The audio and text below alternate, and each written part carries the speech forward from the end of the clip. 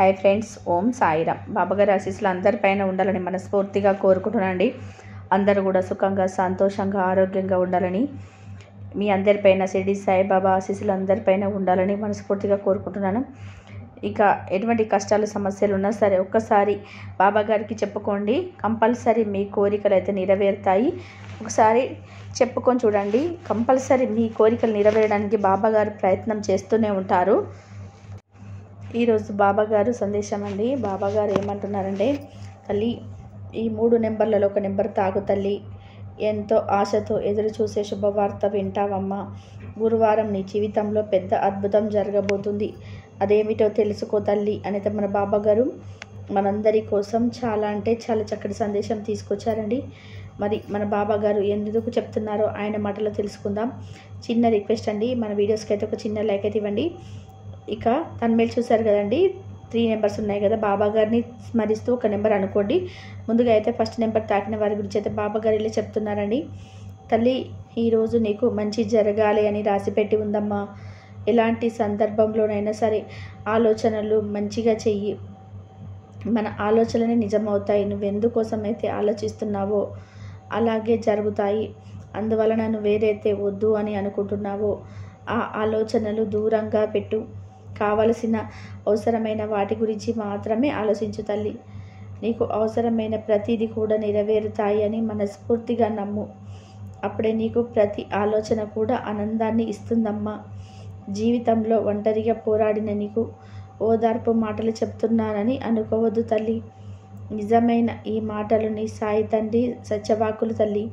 నేను ఎప్పుడు కూడా నీ వెంటే ఉంటాను, నీకు దగ్గరగానే ఉంటాను, మంచి దారిని చూపిస్తాను. శోధనలతో కుంగిపోయినప్పుడు నమ్మకం చెయ్యి వదలదు. ఎలాంటి కష్టంలోనైనా సరే నీకు నీ సాయి తండ్రి నీతోనే ఉన్నాడు అనే విషయం నువ్వు అస్సలు మరవవద్దు తల్లి.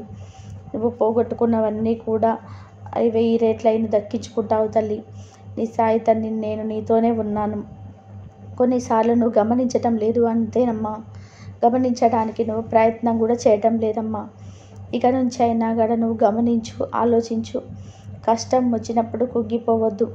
నీకు ఉన్న సంతోషాన్ని పోగొట్టుకోవద్దమ్మా. నీకు రాబోయే ఆనందాలు, సంతోషాలు ఎలాంటి పరిస్థితుల్లోనూ కూడా వదులుకోవద్దు తల్లి. అంతా అయిపోయింది, జీవితానికి ఏదీ లేదు అని నువ్వు నిరుత్సాహపడకు తల్లి. ఇప్పుడు కూడా నేను చెప్తున్నానమ్మా, చాలా సంతోషాలు, ఆనందాలు, అదృష్టాలు, అవకాశాలు నీ కోసం ఎదురు చూస్తున్నాయి తల్లి. తప్పకుండా ఇవన్నీ నీ దగ్గరికి వచ్చి చేరుతాయి. నువ్వు జీవించడానికి ఎన్నో మార్గాలను ఏర్పరుస్తున్నాను. ఎప్పుడు కూడా వ్యతిరేక ఆలోచనలు చేస్తున్నావు. నువ్వు చేయకూడదు అని అనుకున్నా సరే నిన్ను మీరి ఆ ఆలోచనలను నీ మనసులోకి వచ్చేస్తున్నాయమ్మా. ఏదైనా ఒక పనిని ప్రారంభించేటప్పుడు నేను చేయగలను, నేను గెలవగలను అనుకునే నువ్వు అప్పుడే ఆ క్షణమే ఏదో జరిగిపోతుందేమో అని లోతు మనసుతోటి భయపడిపోతున్నావు తల్లి. ఒకటి తెలుసా తల్లి, ఆలోచనలు కూడా కర్మలకి ప్రతిఫలమే. కాబట్టి నువ్వు గట్టిగా నిర్ణయించుకొని నీకు వచ్చే ఆలోచనలను దూరం పెట్టు. ఈ రోజు నుంచి నీ జీవితమే వేరే కోణంలో పయనించబోతుందమ్మా. కొన్ని మంచి మార్పులు నీ జీవితంలోకి రాబోతున్నాయి. అవును తల్లి, తీయటి జీవితాన్ని, ఆనందకరమైన జీవితాన్ని ఈ రోజు నుంచి నువ్వు అనుభవించబోతున్నావు. అలాంటిది ఈ క్షణం నుండి నీకు ఆరంభం అవుతుంది. నీ దుఃఖమంతా కూడా ముగిసిపోతుంది. నీ ఇంట్లో ప్రకాశవంతమైన వెలుగు రాబోయే కాలం నీకు వస్తుంది తల్లి. నమ్మలేనంత పెద్ద సంతోషం అందుకుంటావమ్మా. అది అందుకోవడానికి సిద్ధంగా ఉండు. దుఃఖాలను, ఓటములను, అవమానాలను ఎదుర్కొన్నందుకు నువ్వు విజయాల గెలుపుని రుచి చూస్తావు తల్లి. నీ కలలు, నీ కోరికలు తీరే సమయం వచ్చేసిందమ్మా. నువ్వు చేయవలసిందల్లా కూడా ఒకటే తల్లి. నీకు వచ్చే చిన్న చిన్న సమస్యలు, చిక్కుముడులన్నీ కూడా నీ సాయి తండ్రికి అప్పగించేసాయి. ఎందుకంటే నువ్వు జీవితకాలంలో పోరాడే సమస్యలు నీ బాబా తండ్రి ఒక క్షణంలో తీర్చేస్తాడు. కాబట్టి ప్రతిదీ కూడా నాకు అప్పచెప్పమ్మా. నీ మనసంతా కూడా ఎంతో ఆనందంగా ఉండేలాగా నేను చూసుకుంటాను తల్లి. భయపడకు, మనసును నిరుత్సాహపడనివ్వకు, అస్సలు కుంగిపోవద్దు, భయాందోళనతో కూర్చోవద్దు. రాసి పెట్టుకో తల్లి. అతి తొందరలోనే నీ జీవితంలో మంచి మార్పు రాబోతుంది. మంచి సిరి సంపదలతో ఆనందంగా అందరూ మెచ్చుకునేలాగా మంచి పేరుతోటి ఆనందకరమైన జీవితాన్ని జీవిస్తావమ్మా. కాబట్టి జరిగిపోయిన వాటి గురించి ఆలోచించవద్దు. నువ్వు చేసుకున్న పుణ్యం వలన నువ్వు నన్ను పూజించగలిగావు. నీ పుణ్యమంతా కూడా మూటకట్టి నీ సాయితాన్ని నీకు ఒక మంచి బహుమతిగా నీకు ఇస్తున్నానమ్మా. నువ్వెంతో అదృష్టవంతురాలివమ్మా. నీ సాయి తండ్రి ఎవరైతే వారు అడుగు పెడతారో వాళ్ళకి ఎల్లప్పుడూ కూడా ఎలాంటి ఆపద రాదు. ఈ సాయి వాకు నీకు అర్థమైంది కదమ్మా. నా చెయ్యి పట్టుకున్న నీకు ఎవరు నీ చెయ్యి వదిలేసినా సరే ఈ సాయి తండ్రి మాత్రం అస్సలు వదలడు తల్లి. ఇక నుంచి కన్నీరు పెట్టవద్దు తల్లి. ఈ రోజు నుంచి నీకు ప్రశాంతంగా ఉండు. ప్రతి కష్ట సమస్య బాధ ఏది కూడా నీ దరిదాపులోకి రానివ్వదమ్మా. నీతో ఉండి అంతా కూడా చూసుకుంటానమ్మా. ఇక నుంచి నీకు అంతా శుభమే జరుగుతుంది. సంతోషంగా ఉండు తల్లి. అయితే మన బాబా గారు మొదటి నెంబర్ తాకిన వారి గురించి అయితే ఇలా చెప్తున్నారండి. ఇప్పుడు రెండో నెంబర్ తాకిన నా బిడ్డ ఎవరైతే ఉన్నారో వచ్చే గురువారం నీకు కలిసి వస్తుందమ్మా. నీ మనసులో ఉన్న కోరిక నీకు కనికరించాను తల్లి. వెళ్ళలా నీ కుటుంబం గురించి, నీ కుటుంబం యొక్క ఎదుగుదల గురించి ఆలోచిస్తూ ఉంటున్నావు. బిడ్డల యొక్క భవిష్యత్తు ఉన్నతంగా ఉండాలని ఆశిస్తున్నావు. కోరుకున్నట్టుగా నీ బిడ్డల భవిష్యత్తు ఎంతో ఉన్నత స్థాయిలోకి వెళ్తుంది తల్లి. ప్రతిరోజు నన్ను ప్రార్థిస్తూ ఉన్నావు. ఎందుకంటే రేపటి రోజున నీ బిడ్డలకి మంచి అవకాశం వచ్చింది. ఆ అవకాశం నీ బిడ్డలు అందిపుచ్చుకొని అందులో విజయం సాధించి అందులో మొదటి మెట్టు ఎక్కాలనేదే నీ ఆశ. ఖచ్చితంగా నువ్వు కోరుకున్నట్టే జరుగుతుంది తల్లి. ఇది నీ బిడ్డల భవిష్యత్తుకి పునాది. అందుకోసమే విజయం కోసం వేస్తున్న అడుగులో మొదటిది తప్పకుండా వస్తుంది తల్లి. నీకు విజయం నీ గురువారం రోజునే ఆరంభం అవుతుందమ్మా. అంది వచ్చిన ప్రతి అవకాశాన్ని కూడా సద్వినియోగపరచుకుంటూ ఒక్కొక్క మెట్టు ఎదుగుతూ వారి భవిష్యత్తు ఎలా ఉండాలి అని అనుకుంటున్నావో అలాగే తీర్చిదిద్దుతారు. ఖచ్చితంగా విజయం సాధించి ఇక ఆనందాన్ని కలుగజేస్తారు తల్లి. ఎన్నో రోజుల నుంచి ఎదురు చూస్తున్న అవకాశం నీ బిడ్డలు తప్పకుండా అందిపుచ్చుకుంటారు. జీవితంలో మంచి మలుపు ఆరంభం అవుతుంది. ఇది ప్రారంభం మాత్రమే తల్లి. ఇంకా ముందుకు ఎన్నో విజయాలు అందుకుని మంచి పేరు ప్రతిష్టను తీసుకొస్తారు. మీ కుటుంబానికి కొని తెస్తారమ్మా. ఎన్నో గౌరవ మర్యాదలు అందుకొని దానిలో అందరి ఆదరాభిమానాలు పొందుతారు. ఎదుగుదల చూసి నీకు కలిగే ఆనందం అనంతమైనది, తన్ను తెలపలేనిదమ్మా. నేను మీ బిడ్డలకి ఎల్లప్పుడూ రక్షణగా ఉంటాను. వారు వేసే ప్రతి అడుగు కూడా నేను జాగ్రత్తగా వేయిస్తాను. నీ బిడ్డలకు వాళ్ళ మీద వాళ్ళకు విశ్వాసం కలిగేలా ఉంచుతాను. వారు ఏదైనా సాధించగలం అనే నమ్మకం, ఏదైనా సాధించాలి అనే పట్టుదల అందరికీ ఉండేలాగా నేను చేస్తానమ్మా. అటువంటి అప్పుడు నువ్వేమీ భయపడవలసిన అవసరం లేదు తల్లి. అనుకున్న విజయాలు సాధించి మీ గౌరవ ప్రతిష్టలు పెంపొందిస్తారు. నువ్వు వారి విషయంలో ఎలాంటి ఆలోచనలు, వ్యతిరేక ఆలోచనలు పెట్టుకోకుండా వారిని ప్రోత్సహిస్తూ ఉండు తల్లి. నువ్వు ఊహించలేని విజయాలు వారికి తెచ్చిపెట్టి నీకు ఆశ్చర్యపరుస్తాను తల్లి.